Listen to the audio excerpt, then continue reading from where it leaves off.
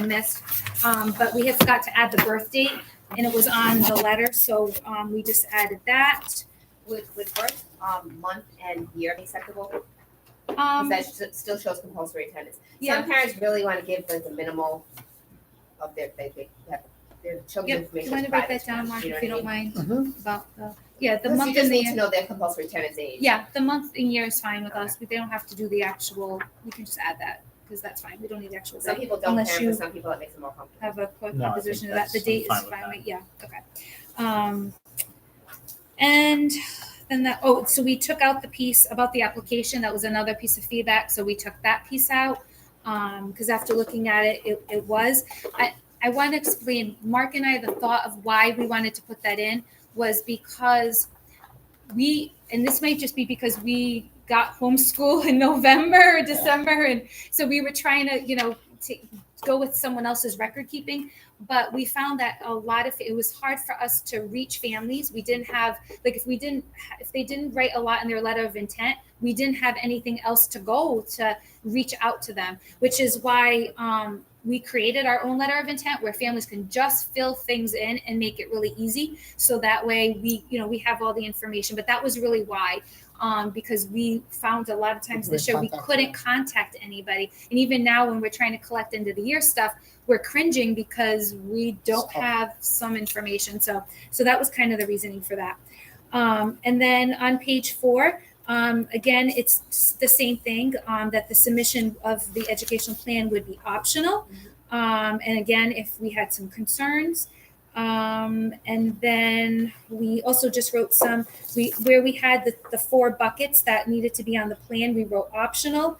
We added the piece of the home written agreement, and that was it. So that's the policy. What Mark and I then did is we did a companion guide just to kind of help support, which we called the regulations, which is very similar to what we do with home instruction. So we wanted to kind of keep that same focus.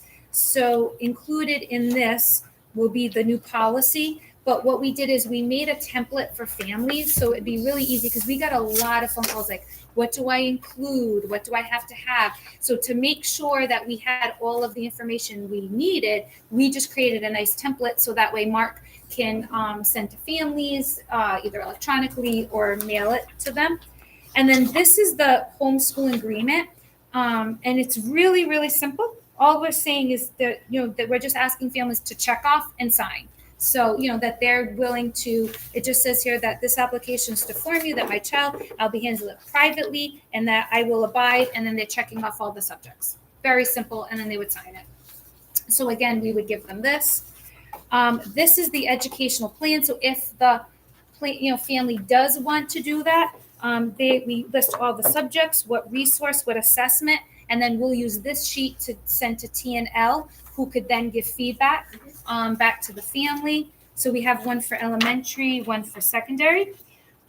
We also have built in, so we heard a lot of things from families this year that they didn't know if they were approved by the school board. So what we've done is we've done 2 letters. So one would say not, so an incomplete application. So maybe they didn't send their letter of intent. I don't know, whatever it was, we would check off. So it'd be really simple. And then we also have one also saying that they've been accepted, so they could have it for their records, because that was some other feedback. People felt like they were in limbo and didn't know. But I think that was a lot because Mark and it was the transition. So we did that. And then we also created the end of the year letter, which is very simple, that just pretty much says, that your child, as you know, had been approved for home instruction. Please attach their attendance record, and then whatever they're submitting for their evaluation component. And then we would send this to them, and then we will remind them. We're trying to get the letters in earlier, so that way our hope is that we can get to the school board right in September to get everybody approved. So as people know, we're asking them if you could please ahead of time send it to us, because now it's a little quieter. What's even your though September date? we don't have the school. We don't have the school board. It's on the. Ideally on the between electronic August system. Have we meeting done- and September's. Yeah, the try new to one get is as out. many approved. Do you know what the September date is? I'm not sure if they know. I don't have if- the I ESP think so. that messaging out to. I mean, it's either the first or second week. I think it's either the first or second week, but we were hoping if, that's why we added it to the letter, so that way we can have it. So. And when do you need to submit numbers to RIDE? Like October 15th or something? So that's why we encourage, Because then once they get approved by school board, we So send it to Sky with our SIS system, and then that gets sent off. And that's to where we Black- try to explain, I know at least Yeah. right, I'm sure on Enrich the same thing, we try to explain to people that, yes, legally, you do not need to operate by their calendar. Yeah. But they need to report to RIDE, so that you guys are, every district is kind of stuck in this spot of like, legally homeschoolers don't have to report to you by a certain date, but it's the nice way, I said, just be nice. It's convenient, easy It's for convenient, everybody easy, to it's, do it over the summer. right. that's why we had And they'll asked. say, what if I'm not done? I'm like, The school board meeting. you're trying to be done, just send it. Like, Just send it. you have, one chapter left, it's okay. And that's why we had said, like, if they could do, by the July 1st, because then it gives us time to, contact families, collect, and then have our, because if we wait till the deadline, especially the beginning of the year, it's just really hectic. So that's why we asked if, they could send it to us ahead of time, that would be great. So, and we've had a lot of families already start reaching out. You're not the only district. Our Yeah. membership actually runs out for our organization July 31st. So as of August 1st, they're not getting their newsletter, they're renewing. And it's tough to get people to do things over the summer. We struggle with it too because they kind of check out. They don't check their email, they go into like summer mode. So Yeah. it's, So we're really excited about the policy because there's never, I think, been a policy. So we've I gone think through. it's great. You guys have done so much and it's so much better than it was before. My only question is the homeschool letter of intent and the homeschool agreement are like the same content. So Do you know what I mean? And one, in fact, I think abiding by these, that's fantastic. I think that should be in the letter of intent that you will abide by those laws because that's what you intend to do. So I think you should be making a written commitment that you intend to follow those laws because when the laws change, you still have to follow them. You don't have to. So even in this where it goes through and describes the law, like in this policy, where it goes through and it breaks down what all that is. Mhm. I think throwing the reference to those laws is so important because if those laws change and your policy will not be consistent with the law. But if the laws are cited, it covers it. Does that make sense? absolutely. Sure. I think one of the reasons to take out the educational plan, which was how we were hoping to understand and know what they were utilizing, for us in reflecting on that was, okay, we're okay with taking that out as long as we have something checked off and written saying, I, agree that I'm going to teach these, subjects. Correct. That was kind of our, But I think that's what the letter of intent does. it does, but it's saying on the letter of intent, for me, it's saying the proposed homeschool program shall include the following areas.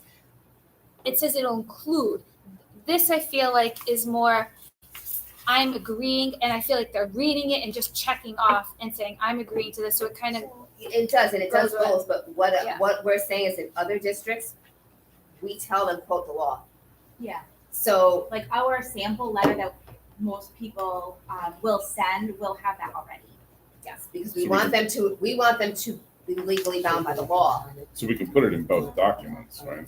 I mean, because the letter of intent, hasn't been approved yet, so it seems useful That's to what's in have. the law, the reference in the law is that you need to send a letter that say you intend to follow the law. So that's referenced in the law. This is like extra. Do you know what I mean? And by them signing the letter of intent, they've already made an agreement. You could call it the homeschool letter of intent agreement, but just by signing it is a So the policy reflects the actual legal provisions, right? And we could pass the policy with the recommendation that it also be incorporated in the letter of intent. And just add the citation and the acknowledgement in the letter of intent. I guess Yeah. that's my question. My question would be, first I want to say I appreciate so much. I feel like you all really did listen to what we had to say. And we just appreciate that so much. Taking out like the ed plan I was so happy to see that. Because I feel like if people have been doing it for a long time, it's just a lot more work to have to kind of feels almost like we have to jump through hoops. People But who I already like know. that it's optional. But I People love need it. that, yeah, like I know there are people who do want the help, and I'm so glad that you've made that optional for the people who do need it. I think that's great. But I guess what my question is looking at this, so if someone were to send in a letter of intent that did cite the laws and did include in their letter of intent, like if they didn't use your sample one, if they used Then we the enriched wouldn't one, have them do this one then. then they would be fine if they signed it, like that's would be my question. So As they long would as be good they- to go. Yes. Perfect. Thank you so much. Yeah, and I think that, you could train the Providence people after a while to do both. Mm-hmm.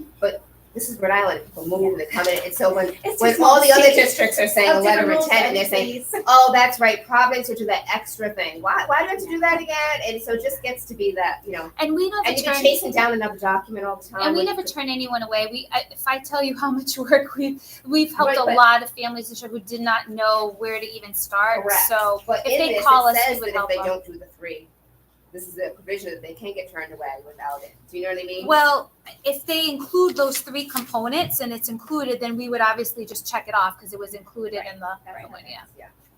Because that is, like I said, that's what our sample letter on the enriched It's website, so- that's what we say to include. The other thing Yeah, is so if it's you had said in the policy that you could put all your students on one, which is fine, but this needs to have more space. Homeschools have a lot of kids.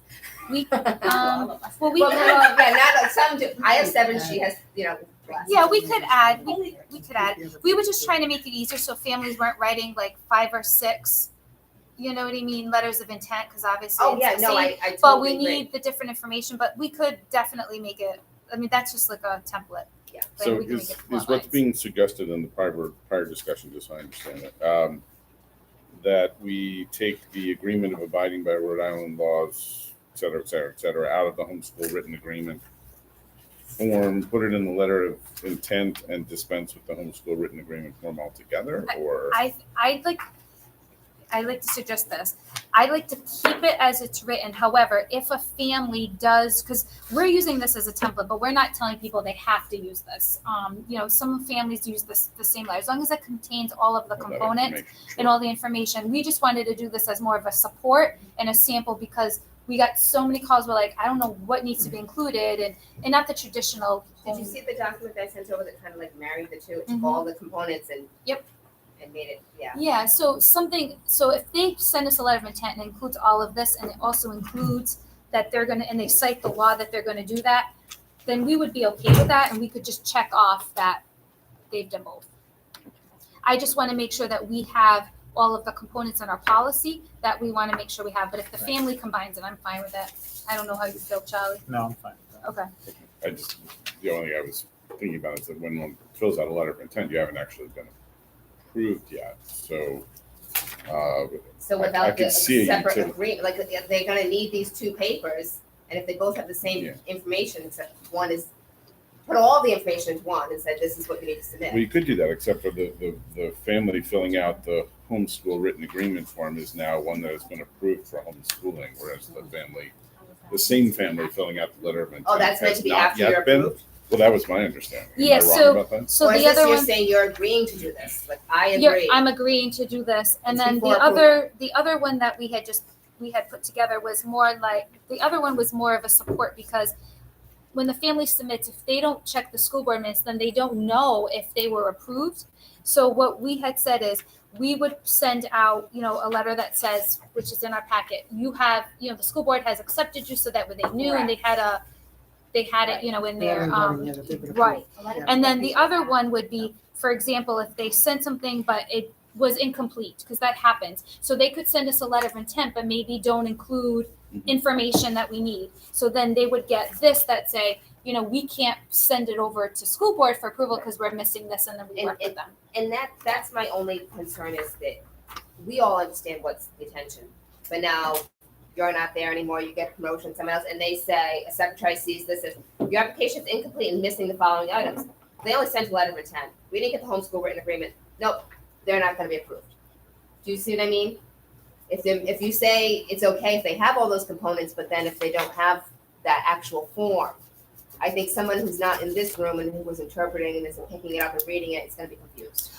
this actually is not gonna go, this is just our companion for our office. These are like our, Right, This right. would- But what yeah, I'm saying this is someone would- else comes into your place and is seeing this form, they're gonna say, I've been here 26 years. That's probably not gonna happen. I'm gonna which probably be means in the you might be same leaving, chair. which means you I'm might gonna be in the same chair 20 years from now. Yeah. But so I mean, this is just more of a companion document for us to help support and organize the office. Really, is what it is. Okay. And you know, she is right. Like there has, which is why we built this. There was nothing, which is why we built. right, know, the right, which is system. Awesome. Can I ask, Um, to your point, what would help clarify? I think just having one document, the letter of intent and I'm making confused now with fingers. The letter of intent and homeschool agreement both have the same content, except the letter of intent is missing the reference to the law, which I think is important. It belongs there. Yeah. So if you marry those two documents, like an overlay and everything that's in it, they become one. So can we make it one document? I mean, if both of them are filled out prior to the school board voting, They would be because Yes. Yeah, I don't Mark see and why I it couldn't wouldn't be merged, send anyone to you unless they've had all Yeah, they've I met know all the information, components. So I we think we're can make getting a it lot one of people document? saying, I already filled that document out, that listed this, and quoting the law is not one of the check marks in there, you know what I mean? So it's like, they're gonna say, I think And they'll be that- confused with which was which. And the enriched sample letter on our website does include all of those things. Yeah, So- and ours does too. Yeah, so if they were to send in, which a lot of families do, they send in the sample letter from our site and they just fill in their information and they sign it, it would be approved, but I think, what Jen is saying, that you're telling us that, which is great, but it does say on here that if you don't do the second piece, you won't be approved. is Which is the scary letter of to intent, people. is the letter of intent signed? I guess that's. Yes, Okay. yes. Right at the Should bottom. be. The bottom Yep. of it. It's right at the bottom. One has the address at the top and signature at the bottom, and the homeschool agreement has signature and address both So at the bottom. we- Yeah, I don't really see what the homeschool written agreement adds if we take It- the, It just Illegal. pretty much says that they're taking responsibility, that they're considering their child's education as being private, and that they're agreeing to abide by each of the laws and teach each of the contents.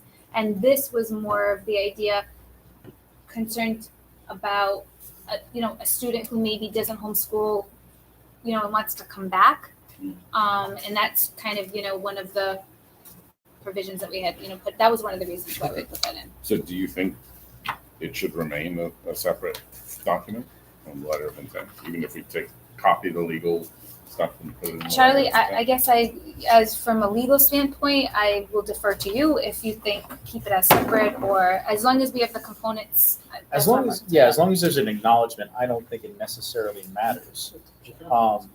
You could probably merge it all into one larger document, but while acknowledging each of the citations. And it really wouldn't need to get much larger because it has a lot of the same. It's duplicated, Yeah. most of the information. Yeah, I mean, if we can simplify it, it's one less thing to be kept track of, Yes. that's To all print, parts to of send. it, including at our end. So we can just, I mean, that doesn't go with the policy, that's more of our companion, but I can merge the.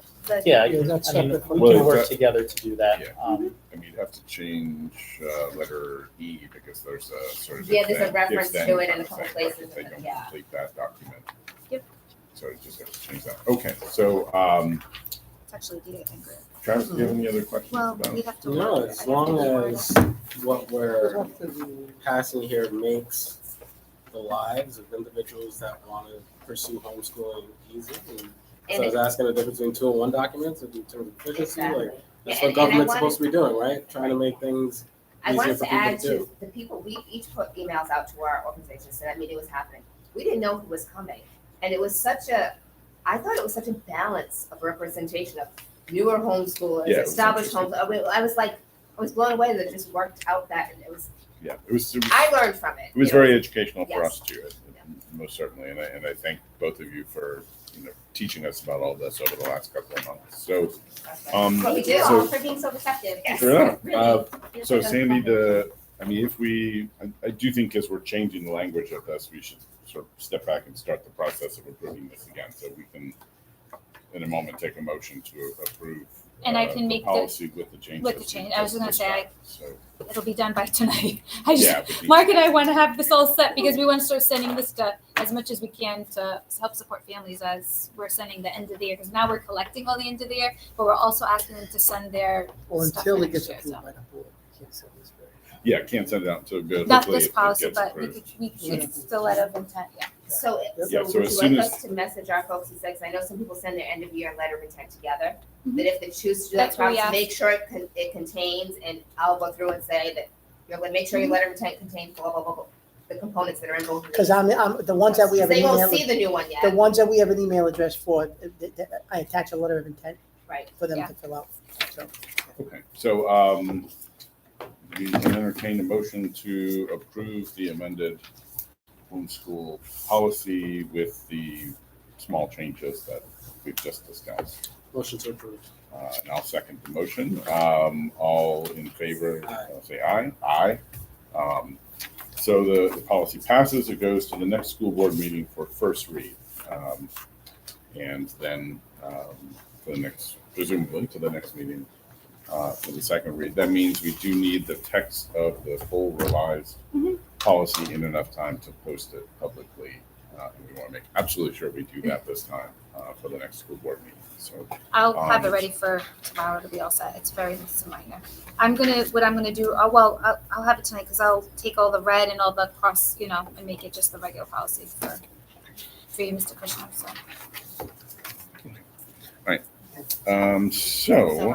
Thank you, everybody. So the next thing here is the pandemic mitigation policy. Charlie, are you the person or? I am. I'll present that. Thank you.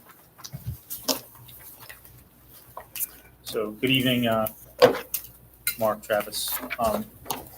This policy kind of arrived from some potential litigation. There was a motion for a temporary restraining order in terms of the continued implementation of the mask mandate by a group of interested parties. One of the issues during the construct of that was whether the superintendent was authorized, absent any action from the board, to impose a mask mandate. We thought, based upon his oversight of the district as a whole and some of the authority vested in him under the general powers and duties of superintendents, that he had such authority. There was some dispute. The matter never really ripened into an actual controversy because of the change in the district status under the CDC guidance. So as a result of that, we were able to remove the mask mandate just prior to the conclusion of the end of the school year.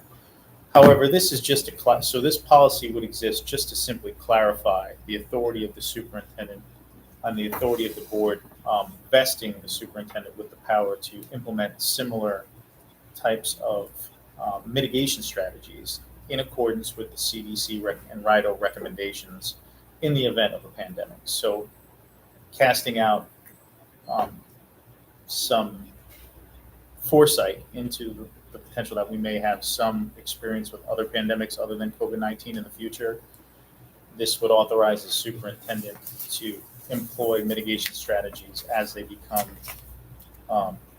as they are developed by the CDC and RIDO, without coming back to the board every single time that he would have to make those determinations. So it's not specific to any particular mitigation strategy, but it would allow him to implement the mitigation strategies recommended by both CDC and RIDO for the health and safety of the school community, given the nature of whatever pandemic is in question. It also has exemptions for certain folks to accommodate health conditions and academic needs of medically fragile students, and those who are just prohibited from employing some of the mitigation strategies recommended. I think having some mechanism where there is board approval, I'm trying to look like in the future for this. I think it would have been right. A lot of school districts in the state going through the pandemic, they either voted for or against these mechanisms. Right, there was some sort of accountability where families were looking to see,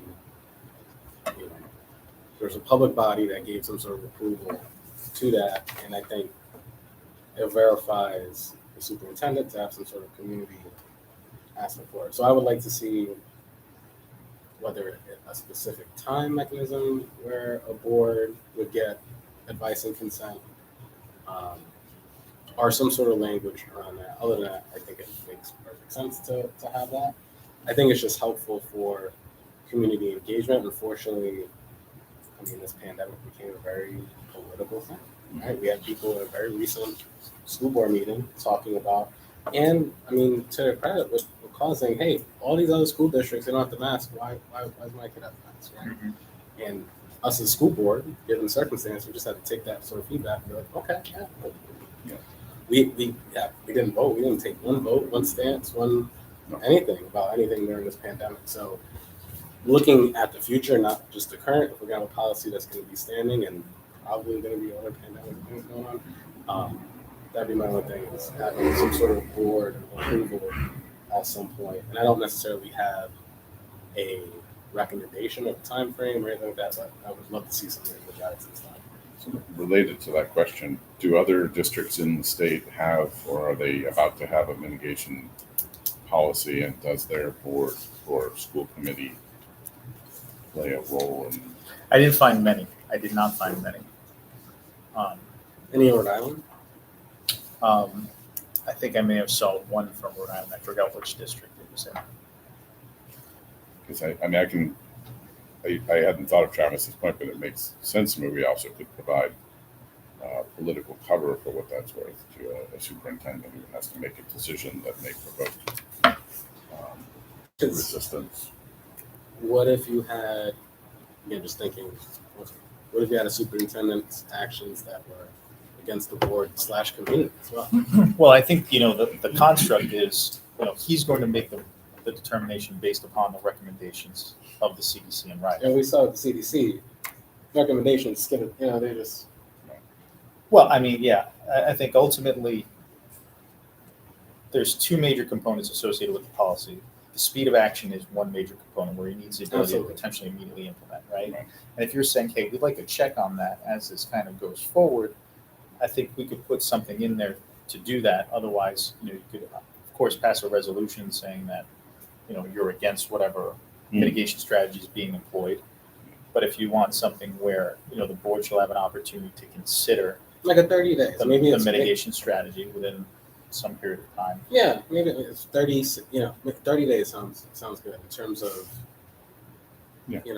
It So allows within- the flexibility for time, and then the board, has to sort of approve this recommendation. Like advice and consent type Yeah. of deal.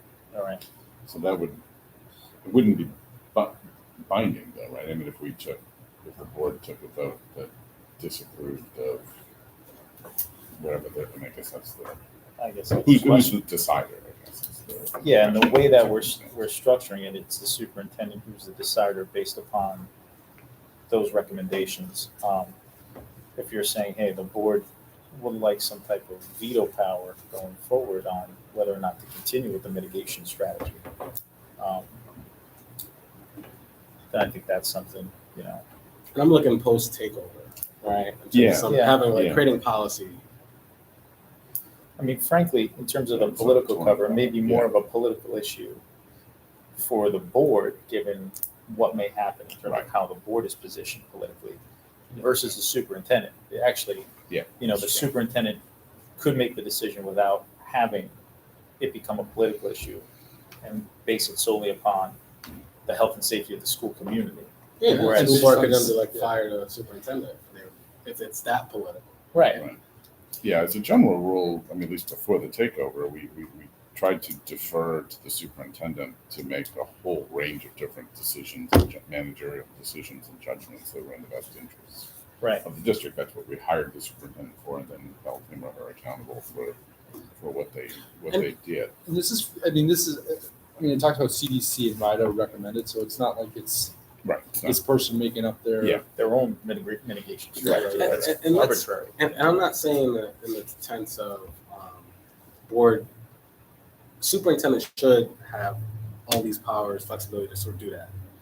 I'm saying there's that check between basically the stamp of approval. I would imagine if we have another pandemic or like God forbid another outbreak of COVID, and we got to do these things that are in this policy, the board having approval gives the superintendent, right, more of just more backing, in terms of doing because now we're just in a sense. But it could work the opposite way. It could work. I couldn't see In a that lot in of Providence. communities, I it couldn't. actually has worked the opposite. But Yeah. I could. I mean, I think that's like a far distant future to work in Providence. But I mean, at the very least, I think there should be that. I'm actually kind of thinking of the House bill that just passed about the Crowley Act, which inserts the school board back in as, an entity that needs to be informed before this, that, and the other thing gets decided, but we don't actually get to decide whether it's hiring of senior administrative personnel or whatever else is in the Crowley Act.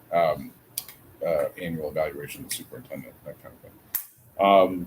I mean, maybe we need to fold into this at the very least that the school board will be consulted before a decision is made and publicly released. I'm not necessarily opposed to having the school board approve it. It can cut two ways. That'd be my worry about. I mean, if we're moving towards an elected school board, who the hell knows what comes out of that? What about So, presented for comment within a specific presented period for of time? comment? That sounds. You could do something Yeah. like that. The concern, I don't want to have something where the board has to take action and we have to make sure that we have a board meeting before it can be implemented. Yeah. So if it's presented for comment or something like that prior to, or presented for, you could do it, presented for comment within a specific period of time. And this way, obviously, if you were in opposition to whatever mitigation strategy was being employed, make it known, and ultimately post takeover, the superintendent is going to be employed by the board and Right. working for the board. So I don't think you continue with a mitigation policy that you opposed. and I'd be fine with that. All I'm saying is some public, even if there's a public comment aspect, I think that's important to have. Yeah, a check or something. Yeah, because in the narrative I has agree. been, all these individuals are making decisions in a vacuum. Yeah, And, right. But all it's, but no, I agree with that. I think it helps at least put more public trust to these types of things. in my opinion. Well, I mean, plus I think we talked about this already. It's in the superintendent's interest, personal interest, but institutional interest. Check to consult with the school board about this anyway. And that once we're post takeover, both because if it's politically dicey, the advice, but also the political capital of action. If I were superintendent, I'd check anyway, but I'd just assume have it written in there. So maybe the way you phrased it, Charlie, advise and comment or whatever it is. Yeah, I think what I would say is presented to the board for comment within 30 days of implementation. Yeah, I think that sounds right. Okay. So I had a couple of other things in the purpose portion.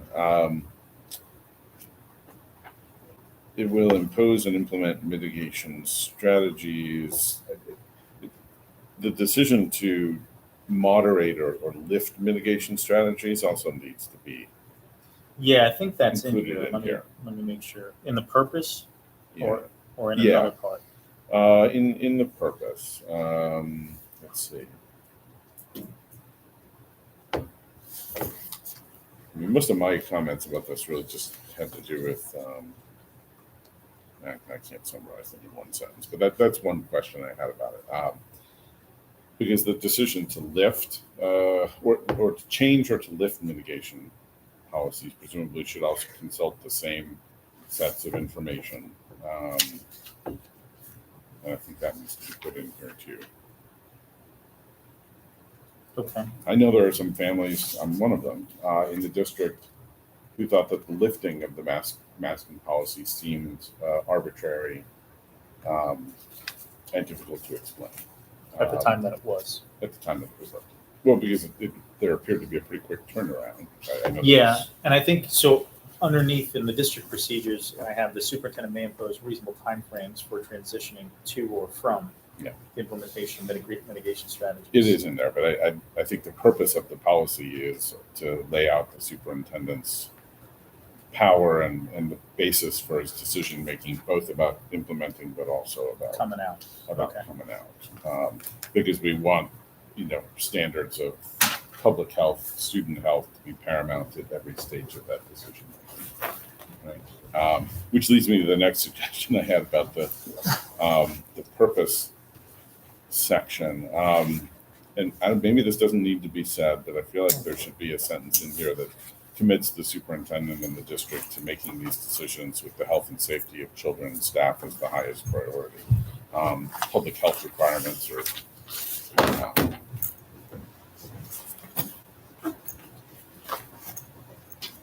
Okay, and again, I'll maybe that's, incorporate that that's obvious, but I want it to be in there explicitly. anyway, because everything is polarized nowadays, and people think decisions are made for political reasons or legal reasons when they're not. They're made, out of an abundance of caution for public health. That's the reason why we make the decisions of mitigation policies. I feel like it should, some phrasing of that should be Okay, in there, I can right? incorporate that. And then the only other comment I had about it is in the information dissemination, kind of repeats what I said before. The superintendent needs to provide reasonable notice and explanation to students, parents, faculty, and staff prior to any significant alterations or lifting of mitigation strategy. So I just want to make sure the information dissemination isn't just about going into the policy, but it's also about coming out of it as well. I'm sorry, say that again, Mark. So you said, and staff prior to the implementation or removal? Prior to any significant alterations to or lifting of mitigation strategies. This comes back to the feeling of many parents in the district that the lifting of the mask mandate, the last one, there just wasn't enough communication in terms of time or explanation. Okay, I mean, for some of us who have health vulnerable people in the family, it forced a rather quick set of decisions about how or whether my son's going to school. The mask mandate was sort of reimposed and then lifted. It felt like it was very, very quick, with no explanation about the shift.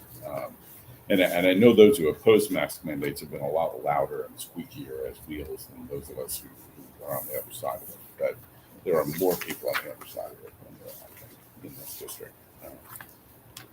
Even if there aren't, I think sufficient notice dissemination at the other end of it is important for the superintendent and the board to commit itself to in the policy, if that makes sense. yes, I'll make those adjustments. Yeah, I didn't have anything else. I mean, who knows what the next pandemic will look like, and maybe we'll have to revisit the policy. Jesus, hopefully just one this generation. Yeah, that would be not well. This one's We not get done a yet whole- either. That's the thing. Yeah. I mean, I had a few minor quibbles about the fact that Providence is a very different place than almost every other school district in this state in terms of vulnerable populations. As a consequence, our numbers look different. So if the CDC and even RIDO, if their recommendations are sort of broad blanket, they may not necessarily apply to a place like Providence, which is one of the reasons why we lingered longer with the mask mandate, which I thought was the superintendent exercising good judgment in that case. So there should be some room in here. I think that's what we're attempting to do with the reasonable time frame for transitioning language. I think so, and also just the straight out public commitment in the purpose that public health requirements will be paramount in making this. So, yeah, I mean, do you have any other? No, I'm happy to see something like this get created. Okay, I'll make those alterations. So do we, I mean, that's not really alterations to the substance of it. I mean, what would you, do you think? So we would have approve to come back for second approval to this committee? it? That's the question I'm asking. Do you think we need to? Is there? So I would make first approval subject to the changes that we had discussed. I'll bring the changes back, and if you're agreeable to those changes, then we can approve it and move it on to the board. Okay, so we should probably entertain a motion to, what's the verb? To take it to the next, Well, do we do two passages out of committee or just one? just one. Just one out of committee. here. Okay, Two so then we'll reads, yeah. continue it to the next policy. Continue, that was the verb I was looking for. So do we have a motion to continue? Motion. Seconded, all in favor, say aye. Aye. Okay, so we have continued the agenda item number 6 to the next policy committee meeting. At that point, we'll get some changes to the wording go from there. So Charlie, I guess you're on again. Yes. For Title IX. So this is the first iteration of the Title IX policy for the district. It's a pretty comprehensive policy that is kind of an amalgamation of a couple different existing Title IX policies that other districts have, but it's largely taken, I think, from some of the language in North Kingstown and BVP. And basically it sets up a specific grievance process and a specific designated individual for handling Title IX complaints. So the process establishes a Title IX coordinator who will receive the complaint and ultimately assist a decision maker in making a decision as to whether or not a Title IX violation under the policy exists, and provides for the investigation of all grievances and complaints that are filed for Title IX violations. So Title IX violations would cover any type of sex-based harassment or sex-based discrimination in our schools, whether that be student on student, employee on student, pursuant to federal law. Public education institutions that receive federal funds are required to have a Title IX policy and a grievance process that comports with the existing regulations. This will do that informally. Right now, we've been adhering to the protocols kind of set forth in this policy, but we need to have an official policy in place. And as I indicated prior to the start of the meeting, we do have a couple Title IX complaints that are currently being investigated. So we do want to get this passed and on file as quickly as we possibly can. So it's pretty comprehensive, and I know that you really didn't have much time because this was kind of posted at the 11th hour to consider this, but it's pretty straightforward and pro forma, and I'd be happy to make a full presentation to the board at the full meeting if this fact were to pass through the committee this evening. But basically, it provides for the process by which Title IX complaints are filed, Title IX complaints are investigated, the process for notifying both the complainant and the respondent of Title IX complaints, the interview process, the investigation process of Title IX complaints, and sets forth the obligation of employees who know of specific information that could constitute a Title IX violation to come forward and present that information, and the obligation that we not make any formal determination until there's an investigation that's actually been completed, unless there's an immediate safety risk that's present for the students involved. And lastly, that there will be no retaliation on behalf of anybody who comes forward and makes a complaint of sex-based discrimination or harassment. What role does the, I don't know if you were done or take questions. Yeah. What role does the school board play? So it's an investigation between employees. Yep. What role would the school board play, if any? Really not much. I mean, there may be a disciplinary action that comes before the school board as a result of something with employees. But normally the determination will be made by the decision maker, who in all likelihood will be the superintendent, unless there's some conflict in terms of the superintendent constituting a material witness or something of that nature. If that were the case, then usually you skip the step of the superintendent and we present the full case for consideration by the board. But barring that, the only involvement you would have would be if an employee were accused of violating the policy and or brought forward for some type of disciplinary action, or a student for that matter could appeal a disciplinary action that resulted from a Title IX violation. So I know I said this before the meeting, but one of the questions I was just, do we at the moment have the capacity to fill the roles if the decision maker is the superintendent or some entity delegates? That's obvious, but Title IX coordinator, is that just someone who does that for the district as a whole? The wording at the top of page 2 implies the school days, so there'd be like a Title IX coordinator at each. No, it would be for the district as a whole. And, regardless of whether we have the capacity or not, we need to do it. So we need to just figure out who's going to fill that role as a Title IX coordinator going forward. And depending upon the nature of the investigation, who's going to conduct the investigation. Does the city must have a Title IX coordinator? Is it in our interest to have one just for the school district? I think the city, because it's not a public education institution, basically just has an EEO officer, which would handle sex-based harassment and discrimination claims. It's a little distinct with us because we fall under the regulations for Title IX Yeah, well, as a that makes public sense. education institution. Yeah, well, that makes sense. So we need to go out or go in, whatever it is, and hire somebody. I think in all likelihood, it's going in and finding someone to just serve in that capacity.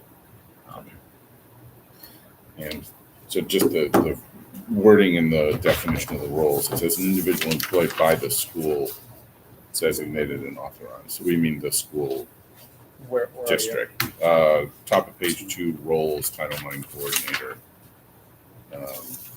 An individual employed by the school designated. Yeah, and we'll make that authorized. PPSD. I mean, I'm sure that's just Yep. a typo thing, but it's an important one. So I just wanted to catch that. And then the other question I had was, how does this relate to the CBA, or is this sort of stand above or outside? Or? This kind of stands outside. This is a separate obligation under the law. And, Could trigger a disciplinary process that would that be controlled by the CBA but yeah.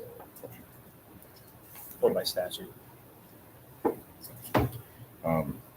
you have any other questions? No. I don't have any other questions. So I'd certainly be prepared to just put that one word inserted on page 2 to move to approve it. I'll make that alteration, certainly. Okay. So do we have a motion? Motion. To approve? All right, seconded. Everyone in favor, say aye. Aye. Okay, so the Title IX policy is passed, sent to the school board for first read at its next meeting. Charlie, if you could provide some of that kind of historical context for it at the meeting. Certainly. Briefly, that would be good. There may be folks on the board who are more qualified to ask questions than I don't know what not to ask. Yeah, that's certainly not a problem. Yeah. Okay. Thanks, Charlie. I You're appreciate very, it. very welcome. So, I guess at this point, it's just Travis and I having a conversation about the bylaws, which is fine. So I'm not going to have done that before. So Travis, Charlie and I had a conversation before the meeting started, which is that if you look in our bylaws, we cannot actually change our bylaws until the organizational meeting, which is the first meeting of the calendar year. So we can't change the bylaws till January. That's when we elect officers and all that sort of stuff. Who decided that type of? It's in you guys there. Yeah. That's been there as long as I've Yeah, been around. So There's no way it can get suspended. I don't think so. And I think the logic behind that is really you don't want to jump back and forth and change the bylaws kind of like once your session starts. So once like you have a regular academic year or like a legislative session, it kind of doesn't make any sense to change the rules of the game to and fro as the session kind of continues on. So the opportunity really for the board to do that is kind of at the outset, just like when the legislature like publishes their rules, they kind of do it at the outset. And then if there's modifications, those modifications are made for the following year. You know what I mean? So Yeah. The intention, I think, was largely, let's not change the rules of the game as we continue, every year. Let's do it thoughtfully at one point so that everybody knows what they are for that year. And then if we need to change it again, we can. we have 6 months to discuss this, but we operate sort of under 2 calendars, one of which is the one everyone operates under, and then there's the academic calendar. So I think there's an argument for having 2 occasions to change it.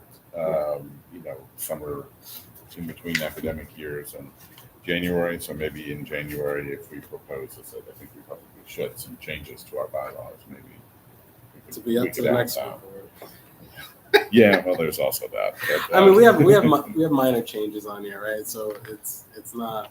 even if we do wind up with elected school board, there's no way they're going to be able to actually run elections until like Usually. summer or fall next year. I think I got to believe because they haven't even decided the geographic boundaries of the thing yet. So, I know I'm not running for it when time comes. So Yeah. more power to you guys if you want to. I'm out at that point. But that doesn't. I mean, this just gives us more time to figure out what our bylaws should really look like. The thing that's really unfortunate about not being able to change them is that our position in the governance of this district is, in all likelihood, about to change. Right? As soon as the governor signs the bill, I would argue it doesn't. I mean, Charlie, I guess we could ask you about this in this circumstance. Maybe not. Yeah, I think I actually talked to Kinzel about maybe doing a presentation for you Yeah. or a memo, and I'm happy to do that. So I don't want to get too far afield in terms of like what the No, I mean, legislation actually provides for right now. I'll pose a question, and then you can ignore it and save it for that if you want. I mean, my reading of it, it doesn't feel to me like it gives the school board more power unless you think information is power. I would agree with that. Do you or don't? I do. Okay. Yeah, I think it brings us into the informational loop in ways that we used to be in. About evaluation of superintendent, about hiring of senior administrators, about being able to kind of advise and comment about progress on the track. Yeah. All good stuff, right? Because we have often felt, I think, like we've been out of the loop a lot in terms of information, which means the people of Providence have been out of the loop in terms of information. So I think it's a good- all these proposals about governance, but like not a lot about what's going on in the schools. No, Yeah. true enough. No, and I mean we are asking good. I mean, like when the district brought the TAP update to us at I think it was the last meeting. Mhm. We Was spent like an hour and whenever when they run together after a while. But we spent a lot of time asking really good questions. I thought about what they were showing us and what it meant and all that going forward. I think the school board is the best qualified to ask those questions. So I feel like obviously the House bill is a lot weaker than the one that Sam put forward in terms of our role, but it's better than what it was. I think. But if we're going to play that role, if we're back in the loop on some of these things, we may have to reshape the way we organize our meetings going forward. So we've only been holding one meeting a month. The bylaws actually require us to hold two. I think that's correct. So we can do that, right? We can go back to holding two a month. We could do one that's sort of the business meeting and then one that's out in the public, different places in the community or at PCTA if that's the best place to do it, where, PBSD and RIDE come to us with TAP updates and questioning is open to the community as well. Question, Charlie, would that be considered a board meeting or would that just be considered an oversight meeting if we was to have two? Say we want to have an oversight meeting towards like the end of the month and then our regular school board meeting in the beginning of the month. Yeah, I think you'd have to change the bylaws to provide. So the business meeting is the second Monday, Yes. according to these, of each month. So you could kind of flip that and build in like an oversight meeting. I mean, still be a board meeting for all Okay. intents and purposes. Okay. Yeah. There's no magic to calling it oversight or calling it, just a regular It's called school a board meeting. business reviewing meeting, technically. TAP. Okay. But it could be an informational meeting if you're not, the business meeting is where you're actually taking action. The Okay. informational meeting could be Approving held contracts, passing policies. Oh, to okay. just simply get an update on the TAP and its progression. Because I know that I believe in the legislation, it requires that the commissioner comes. So would we just notify her that this is going to be sort of like the business meeting when she has to come or something like that? Yeah, I would just, you could just notify, you can invite Okay. whomever you want to whatever meeting, and Okay. I would that call makes it an sense. I mean, we have informational meeting rather than a business. variety of different kinds of meetings we can Yeah. call, some of which we rarely ever call. So the template was that the second meeting of every month was a workshop where we would do oversight work. That's really what we wound up doing. There wasn't a whole lot of educating the board stuff, although there was some of that in the last 7 years. But we just my time frame. But we also have the ability to call what do we call community meetings? There's a variety of public hearings. That's it. The president has the power to convene a public hearing. That's really information from the community. So that couldn't be one in which It's not really designed for It's like not designed a TAP presentation or, Okay. you know. okay, so maybe it is just what we're calling the workshop meeting, which is our second meeting. To educate the board and the public on topics such as it fits in that category, I think. I mean, we can decide where we hold that meeting. I wish they would have put more support for the board or whoever's leading the oversight to have some more positions or something. Well, that's the other part of it, right? Is that this is why Neri and Kinzel and I keep talking about the need to hire a new Yvonne or Mhm. Rachel or whatever policy person, because even with our limited role now, we're kind of strapped in terms of our capacity to do the work well. And if we're going to have this somewhat larger role, we'll be even more strapped. So, I mean, that's moving forward. I think- Lindsay, you said it's moving forward, right? We've posted the thing and we've had 7 applicants and so forth. So That's we're good. moving forward on that, which is great. So hopefully we'll have, somebody in place. Larger Absolutely. approval of larger will give us flexibility. Will give us The power to ask for that, I suppose. Yeah, one hopes, right? I mean, people can gum up the works if they choose to do so. I guess that's the worry. But it's in process now. We're hiring somebody, so that's a good thing. So I guess if we want to have these workshop meetings, because the bill, assuming the governor signs it. I believe, sorry to cut you off. Yeah. The legislation, either way, even if the governor doesn't sign it, goes into effect after 30 days. Is that correct? I believe so. If the governor doesn't sign it, I think it constitutes a pocket veto, right? So if he doesn't sign it, then it doesn't go into effect unless they actually come back and override. Okay. I thought.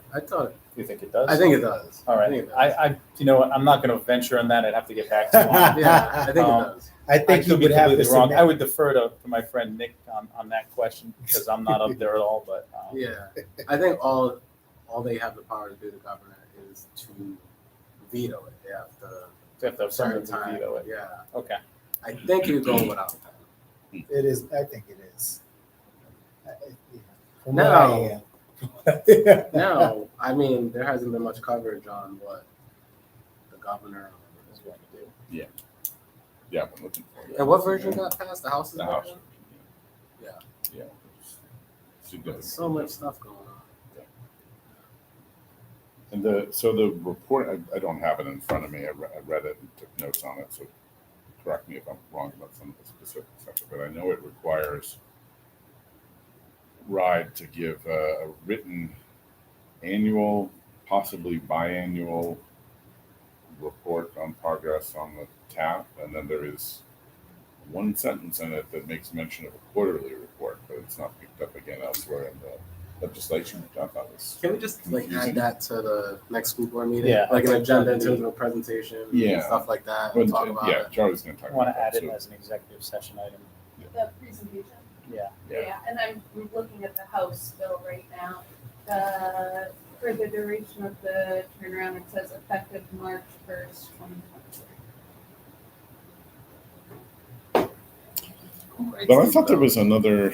I'm going to open it up here because I Sorry, thought there was, that's in section B specific to the school board. because there's a September 1st deadline for some sort of report. I got July 1st. In fact. Well, why don't we give a presentation, we'll iron out all the different dates Yeah. Okay. for the upcoming meeting. This way, there were like 5, I think there were a couple different iterations of the bill. There was a couple sub A's, so. They love their sub A's. But it wasn't like it was a dramatic change. No. It was just putting pretty much what we've been doing is advising on the TAP, right? Like there's not like teeth to anything. That's why I No. don't think it would get vetoed, but I No. think the word oversight, we'll talk about it. We'll Yeah, talk there's about not much that's different. I mean, it. and it doesn't, I mean, I know we can talk about this again at the next meeting of executive session, but it didn't seem like it sort of overrode or erased anything that was in our memorandum of understanding that we had with the commissioner. But I mean, I think there is an argument of sort of opening that MOU again to include some language about public reporting of attack progress to the school board, Which has By the been commissioner. happening. which has been happening. I would agree with that. I would agree with that. I think so much stuff is getting legislated on the school board because a lot of people just don't know what you know. Well, I'll be happy to provide a presentation at the next meeting and be more thoroughly prepared to address some of your questions. I mean, it's Should we adjourn the meeting? Because I think we have another conversation, right? And I see the YouTube stream. And can we make, so we can continue to make like recommendations, but nothing could be voted on until the new year for the school board? You could vote on it prior to that, but there would be no effective changes, I think, until, yeah, you'd have to propose it at the annual meeting. Yeah. Okay. Yeah, and I mean, just to tell you guys, because you guys have seen and heard me talk about this since the retreat, if not before that, about the bylaws. There are a variety of changes to them that I'm going to propose when we have the ability to propose them, which includes acknowledging some stuff that we're already doing, like requiring board members to serve on the standing committee, to serve as a liaison to some schools. You know what? I do have a recommendation of changing. I think, and I'm thinking long term, you miss a certain amount of meetings, I think you should vacate. Yeah, no, I think that's fair too. That's been an issue in the distant past. I'm Yeah, sure it has and I been. think we should absolutely write something like that, and it should be, a pretty high bar. Yeah, no, I think that's fair. I think if you have 3 unexcused absences, like your seat should be vacant. We can certainly look at that. I feel like in the previous iteration of the bylaws, like what it was when I got here, there was. Yeah, I'm talking about for official school board business. We should have something pretty high bar. Yeah, well, you know, my students want my classes. Like we ask for attendance of our students, of our We teachers. do. Yeah, We do. I mean, I feel Try like we to should make it. adjourn because Yeah, All right, no, Charlie. All right. that's fine. Yeah, I guess we can't really do anything, so we've got time to I'm just work on thinking all about- this. Fair enough. Want to adjourn? motion to adjourn. Second, all in favor, Adjourn. say aye. Aye. Aye. Okay, we are. Have a good night. Good night. I don't know. It says no later than We're on September YouTube 1st. Yeah, So- that was the. I knew that She's was. looking at a different version. We're on YouTube still. Yeah. Yeah. Let's close that one. And it really just shows you. I don't care. That's a much worse than It's just reading from the law. That's always done. I'm like, we're on YouTube.